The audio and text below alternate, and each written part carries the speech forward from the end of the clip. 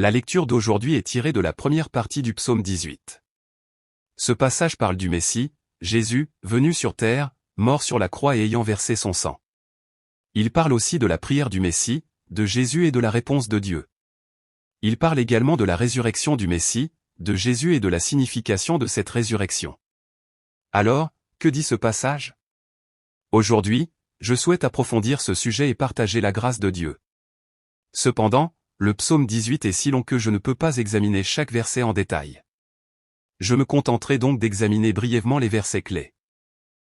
Premièrement, le passage d'aujourd'hui parle du Messie, Jésus, venu sur terre, ayant versé son sang, mort sur la croix, au milieu de toutes sortes de souffrances et de persécutions. Le texte d'aujourd'hui, le psaume 18, 1-3, dit « Je t'aime, ô Éternel, ma force. L'Éternel est mon rocher, ma forteresse et mon libérateur, mon Dieu, mon rocher où je me réfugie, mon bouclier, la force qui me sauve, ma haute retraite. J'invoquerai l'Éternel, qui est digne de louange, et je serai sauvé de mes ennemis.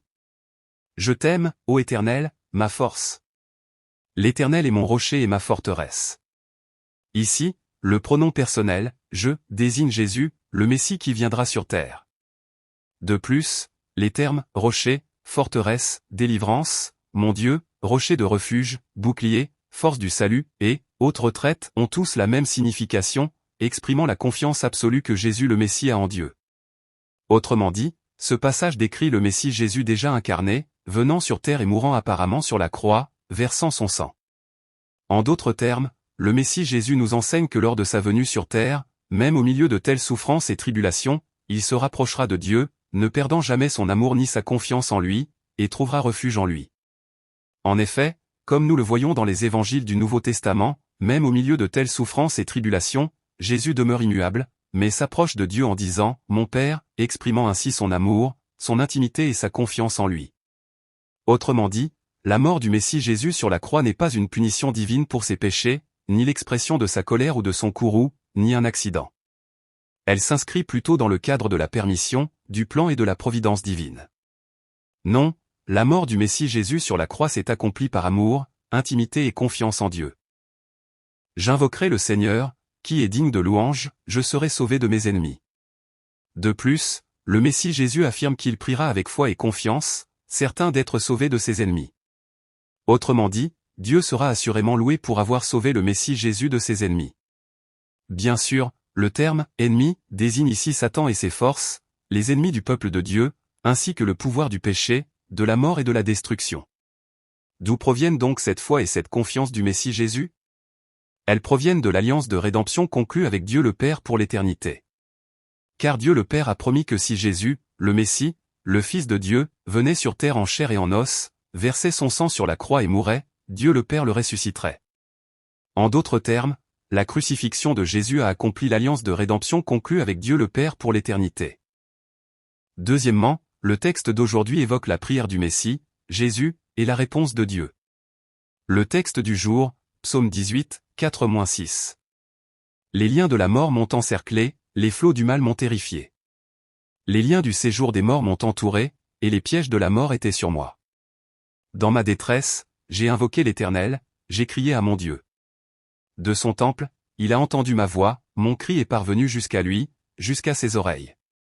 Les liens de la mort m'ont encerclé, les flots du mal m'ont terrifié. Les liens du séjour des morts m'ont entouré, et les pièges de la mort étaient sur moi. Ces versets nous décrivent la situation à laquelle le Messie, Jésus, sera confronté lors de sa venue sur terre. Ici, les liens de la mort font référence aux nœuds coulants utilisés pour capturer et tuer les animaux. Les torrents d'injustice, de destruction, désignent la menace de mort, comme lorsque des pluies torrentielles s'abattent sur une vallée, menaçant de tout engloutir. Les cordes de l'Hadès et les pièges de la mort font également référence à cette menace. Autrement dit, tous ces éléments annoncent que lorsque le Messie viendra sur terre, il sera inévitablement confronté à la souffrance, à la persécution et à la menace de mort. En d'autres termes, ces versets peuvent être interprétés comme une prophétie, lorsque le Messie viendra sur terre, il affrontera non seulement toutes sortes de souffrances et de persécutions de la part de ses ennemis, mais il sera aussi crucifié et mourra d'une mort atroce. Dans ma détresse, j'ai invoqué l'Éternel, j'ai crié vers mon Dieu. Ici, Cette tribulation désigne la situation dans laquelle le Messie, Jésus, fut capturé par ses ennemis, crucifié et mourut d'hémorragie. De plus, les verbes « invoquer » et « crier » sont à l'imparfait, indiquant un événement futur. Peut-être David voulait-il que les lecteurs futurs comprennent ce passage non pas comme un temps parfait représentant le passé, mais comme un temps imparfait évoquant un événement à venir. Autrement dit, le passage d'aujourd'hui ne relate pas les expériences passées de David ni ne raconte une histoire du passé. Non, le passage d'aujourd'hui parle du Messie, Jésus, qui viendra sur terre. Autrement dit, lorsque le Messie, Jésus, viendra sur terre, il connaîtra non seulement toutes sortes d'épreuves et de souffrances, mais il versera aussi son sang et mourra sur la croix. À ce moment précis, le Messie, Jésus, criera vers Dieu du haut de la croix. Mais comme nous le voyons dans le passage d'aujourd'hui, même dans de telles circonstances, le Messie, Jésus, appellera Dieu sans cesse « mon Dieu », témoignant ainsi d'un profond respect, d'une grande intimité, d'un amour et d'une confiance absolue. Or, qu'est-il advenu de ces paroles? Nous pouvons affirmer que ces paroles se sont accomplies en la personne de notre Seigneur Jésus, venu environ 1000 ans après leur proclamation.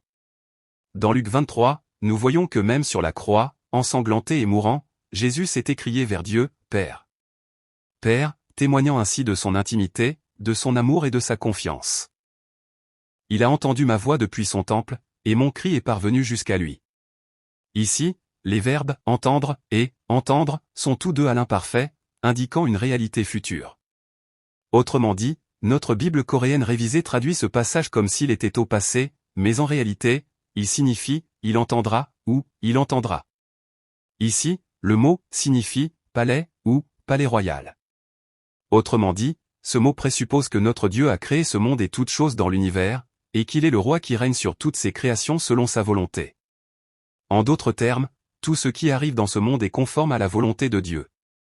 Si Dieu le permet, cela se produit, s'il ne le permet pas, cela ne peut se produire. Autrement dit, les souffrances et les tribulations que le Messie Jésus endure sont conformes à la volonté de Dieu. Par conséquent, Dieu entendra, répondra et sauvera assurément le Messie Jésus lorsqu'il criera sur la croix. Et concernant l'écoute par Dieu de la prière du Messie Jésus et ce qu'il fera, voici ce qu'il dit. Le texte d'aujourd'hui, Psaume 18, 7-10, dit. Alors la terre trembla, les fondements des montagnes furent ébranlés par sa colère. De ses narines montait de la fumée, de sa bouche du feu, des charbons ardents. Il abaissa les cieux à sa descente, et les ténèbres furent sous ses pieds. Il était monté sur un chérubin et s'envolait, porté par les ailes du vent. La terre trembla, les fondements des montagnes furent ébranlés par sa colère. Les conséquences de l'exaucement des prières de Jésus, le Messie, par Dieu, sont décrites à l'aide de métaphores telles que des tremblements de terre, des éruptions volcaniques et des tsunamis. Autrement dit, ce texte nous parle d'événements spirituels présentés comme des images de ce monde. Cependant, on pourrait aussi y voir une représentation symbolique de ce qui s'est réellement produit lorsque Jésus, le Messie, a versé son sang et est mort sur la croix.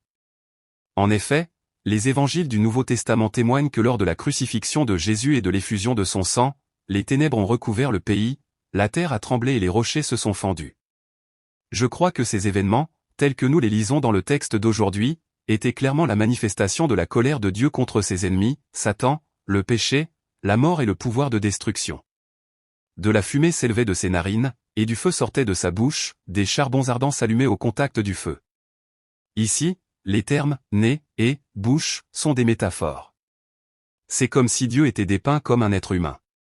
Tout comme nous, humains, de la fumée sort de ses narines et du feu jaillit de sa bouche, réduisant tous ses ennemis en cendres. N'est-ce pas la même chose pour nous? Lorsque la colère et la rage m'envahissent, je vois la vapeur s'échapper de mes narines et un souffle chaud de ma bouche. C'est comme si, sous l'effet de la colère divine, Satan, le péché, la mort et le pouvoir de destruction allaient être réduits en cendres par le feu. Il abaissa les cieux et descendit, les ténèbres étaient sous ses pieds. Le mot « abaissa » signifie ici « étendre » ou « déployer ». Autrement dit, ce verset signifie que Dieu descendra, déployant les cieux comme un vêtement, comme une longue robe. À l'image du cortège d'un roi majestueux des temps anciens. Ceci évoque la grande majesté, la gloire et la puissance de Dieu. Il est dit que lorsque cela se produira, les ténèbres tomberont sous ses pieds. Ceci préfigure que Satan, le péché, la mort et le pouvoir de destruction seront tous anéantis par le jugement et la procession courroucée de Dieu. Il était monté sur un chérubin et volait, il s'élevait sur les ailes du vent. Ici, le chérubin désigne un type d'ange, un ange qui sert Dieu de près. Autrement dit, ce verset décrit Dieu utilisant ses anges serviteurs comme s'il s'agissait de chars, chevauchant ceux-ci pour se déplacer. Cependant, cela indique simplement que Dieu est accompagné de nombreux anges, se déplaçant rapidement comme le vent. De plus, en raison du jugement courroucé de Dieu, partout où il va, les ténèbres tombent sous ses pieds, se transformant en annihilation, destruction et ruine. Ces images illustrent la manière dont Dieu réagira lorsque le Messie, Jésus, priera sur la croix. Et comment Dieu agira-t-il? Le texte d'aujourd'hui, Psaume 18, 11-15, dit: Il fit des ténèbres sa cachette, il fit des ténèbres un pavillon autour de lui, les ténèbres des eaux, les épais nuages du ciel. À la lumière de sa présence passèrent d'épais nuages, des grêlons et des charbons ardents. L'Éternel tonna des cieux, le Très-Haut fit entendre sa voix, des grêlons et des charbons ardents descendirent. Il lança ses flèches et les dispersa, par une multitude d'éclairs, il les détruisit.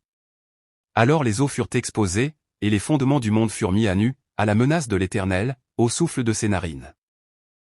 Il fit des ténèbres sa cachette, il fit des ténèbres un pavillon autour de lui, les ténèbres des eaux, les épais nuages du ciel. C'est comme si Dieu se cachait dans les ténèbres des eaux, les épais nuages, ou qu'il utilisait les épais nuages pour se construire un pavillon. Ici, les ténèbres des eaux et les épais nuages représentent une atmosphère propice à un déluge de pluie ou de grêle.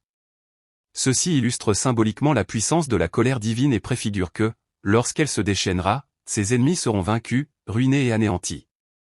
De même qu'une averse torrentielle de pluie ou de grêle provoque des glissements de terrain, la chute des arbres et la destruction des récoltes, cela suggère que lorsque le jugement de Dieu s'abattra des cieux, ses ennemis seront eux aussi dévastés et détruits. À cause de son éclat, d'épais nuages passèrent, la grêle et des charbons ardents tombèrent. L'Éternel tonna des cieux, le Très-Haut fit entendre sa voix, la grêle et des charbons ardents tombèrent. Les événements qui se produiront dans le domaine spirituel en raison du jugement de Dieu sont représentés par le tonnerre, les éclairs et la grêle s'abattant sur la terre. Cela nous révèle combien le jugement de Dieu contre Satan, le péché, la mort et le pouvoir de destruction sera redoutable, terrifiant et horrible. N'est-ce pas? Lorsque nous voyons un fracas de tonnerre et un éclair au milieu de la nuit, accompagné de fulgurances, nous ressentons une peur et une terreur immenses. Le jugement de Dieu sur ses ennemis est semblable. Non, le jugement de la colère de Dieu s'abattra sur ses ennemis comme la pluie ou la grêle, comme le tonnerre et l'éclair, semant une peur et une terreur profonde. Il lança ses flèches et les dispersa, il les détruisit par une multitude d'éclairs. Ce verset décrit également le monde spirituel surgissant du jugement de Dieu, comme un champ de bataille sur terre.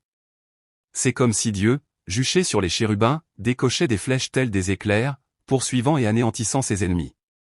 Qu'en pensez-vous? Quelle est la situation actuelle?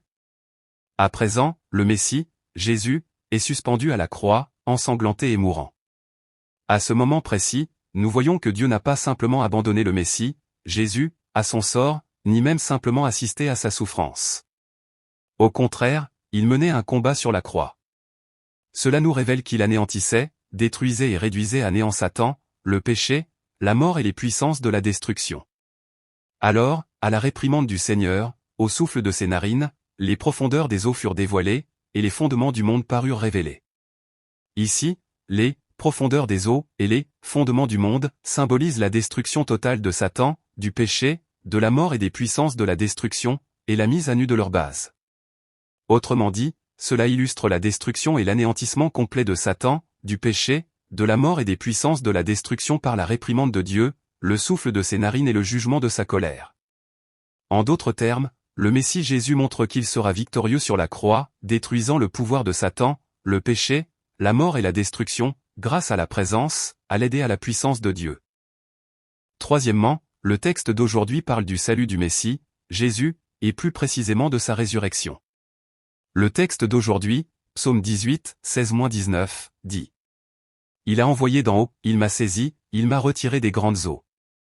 Il m'a délivré de mon puissant ennemi, de ceux qui me haïssaient, car ils étaient plus forts que moi.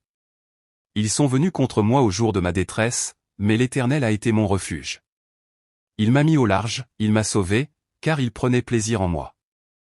Il a envoyé d'en haut, il m'a retiré des grandes eaux. Ici, l'expression « envoyé d'en haut » fait probablement référence à la puissance mystérieuse que Dieu déploiera et accordera pour ressusciter le Messie, Jésus, d'entre les morts et le tombeau. De plus, l'expression « grandes eaux » symbolise la mort, à laquelle on ne peut échapper. Tout comme au temps de Noé, Dieu a englouti toute vie dans le déluge. De plus, les mots « pris » et « délivré » sont ici à l'imparfait, il semble donc préférable de les traduire par « pris » et « délivrez-moi ». Autrement dit, ce passage signifie que lorsque le Messie Jésus était au seuil de la mort et du tombeau, Dieu lui conférerait une puissance mystérieuse pour le sauver. Il m'a délivré de mon puissant ennemi et de ceux qui me haïssaient, car ils étaient plus forts que moi. Ici, puissant, féroce, ennemi, et ceux qui me haïssaient désignent les puissances de Satan, du péché, de la mort et de la destruction évoquées précédemment. En d'autres termes, sur la croix, Dieu écraserait et foulerait aux pieds toutes ces puissances, sauvant ainsi le Messie Jésus de ses forces. Mais que signifie l'affirmation de ces forces, ils sont plus forts que moi? Il s'agit d'une moquerie et d'un ridicule à l'égard du Messie Jésus. Car, bien que ce Messie Jésus vienne sur terre dans un corps de chair et sous une apparence humble, son essence est le Fils de Dieu. Par conséquent, un seul mot de ce Messie Jésus suffira à rendre ces forces sataniques impuissantes et à les faire reculer devant son autorité. En effet, lorsque Jésus est venu sur terre en chair et en os, ces forces sataniques furent terrifiées et tremblèrent devant lui. Cependant, si elles ont pu crucifier et tuer le Messie Jésus, c'est parce qu'il l'a permis et approuvé. Ce n'est pas parce que, comme le dit le texte d'aujourd'hui, elles étaient plus fortes ou plus puissantes que le Messie Jésus. Non, en crucifiant le Messie Jésus et en le laissant mourir d'hémorragie, elles se sont finalement détruites, ruinées et ont péri à jamais. Le texte d'aujourd'hui peut être interprété comme une moquerie et un ridicule du Messie en réponse à cela. Ils sont venus contre moi au jour de ma détresse, mais le Seigneur a été mon refuge. Ici, le « jour de la détresse » fait référence à la crucifixion du Messie Jésus, à sa mort sanglante et à sa mise au tombeau. En d'autres termes, le Messie Jésus sera crucifié, connaîtra une mort sanglante et sera mis au tombeau, mais Dieu sera son soutien et son protecteur. Autrement dit, ce passage nous enseigne également que la mort du Messie Jésus sur la croix et sa mise au tombeau était la volonté, le plan et la permission de Dieu. Ce n'est pas parce qu'ils sont plus puissants que Dieu ou le Messie Jésus. Non, la mort du Messie Jésus sur la croix et sa mise au tombeau se sont accomplies par la souveraineté et l'œuvre de Dieu. Il m'a conduit dans un lieu spacieux et m'a sauvé, parce qu'il prenait plaisir en moi. Ici, ce lieu spacieux symbolise la libération du tombeau étroit et de la mort. Autrement dit, Dieu libérera et sauvera le Messie Jésus du tombeau étroit et de la mort. Pourquoi? Parce que Dieu prend plaisir en Jésus et se réjouit en lui. Autrement dit, le Messie Jésus s'est incarné et est venu sur terre, a enduré toutes sortes de souffrances et d'épreuves, et a versé son sang sur la croix pour mourir et ainsi préserver l'alliance de rédemption conclue avec Dieu le Père pour l'éternité. Non, c'était pour plaire et réjouir Dieu le Père. C'est pourquoi Dieu le Père se réjouit aussi en Jésus le Messie et est heureux de le libérer de la mort et de le ressusciter avec un corps spirituel par la résurrection. Enfin, le texte d'aujourd'hui aborde la signification de la résurrection du Messie, Jésus.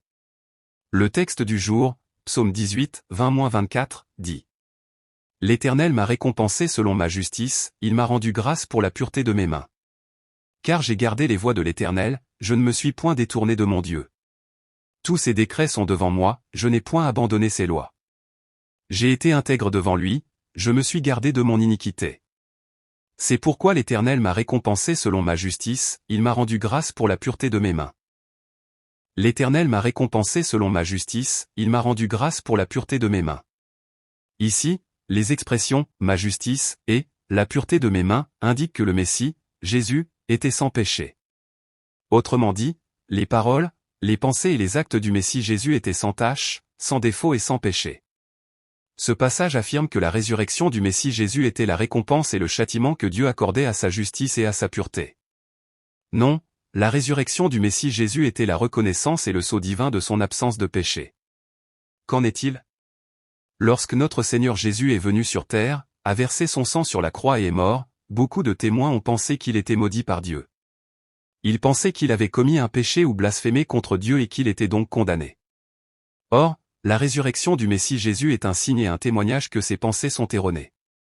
Non, le Messie Jésus était absolument sans péché. Parce que j'ai gardé les voies du Seigneur et que je ne me suis pas détourné de mon Dieu. Tous ses décrets sont devant moi, et je n'ai pas abandonné ses lois.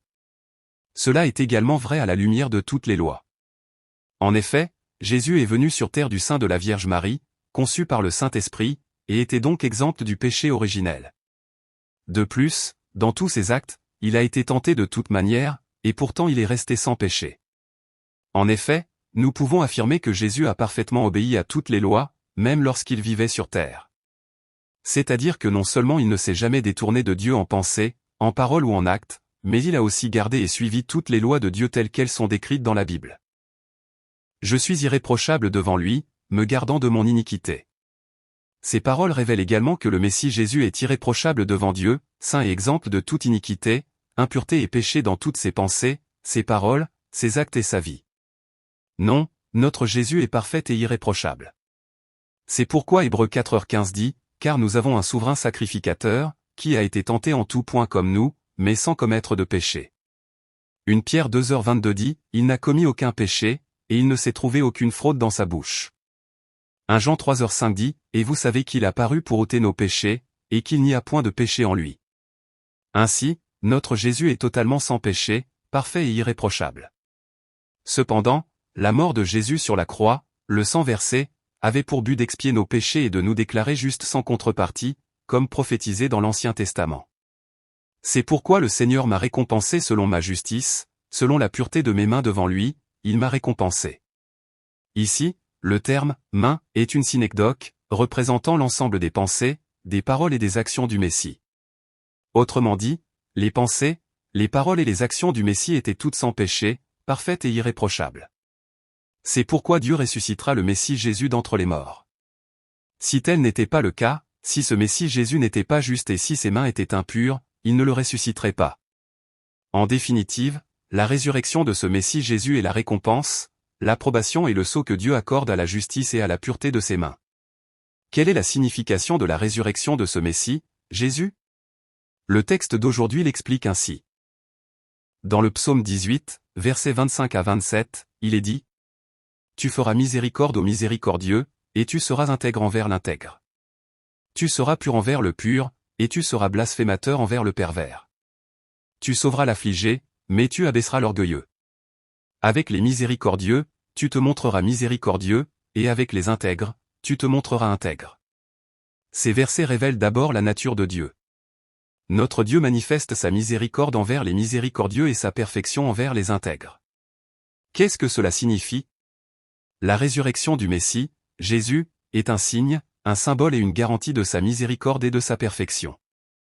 Avec les purs, tu te montreras pur, mais avec les pervers, tu te montreras blasphémateur. Ce verset révèle également la nature de Dieu.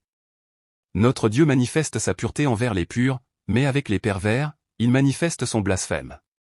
Qu'est-ce que cela signifie? La résurrection du Messie, Jésus, est un signe, un symbole et une garantie de sa pureté, de son intégrité et de son attachement au droit chemin. Tu sauveras le malheureux, mais tu abaisseras les regards hautains. Ce verset révèle aussi la nature de Dieu.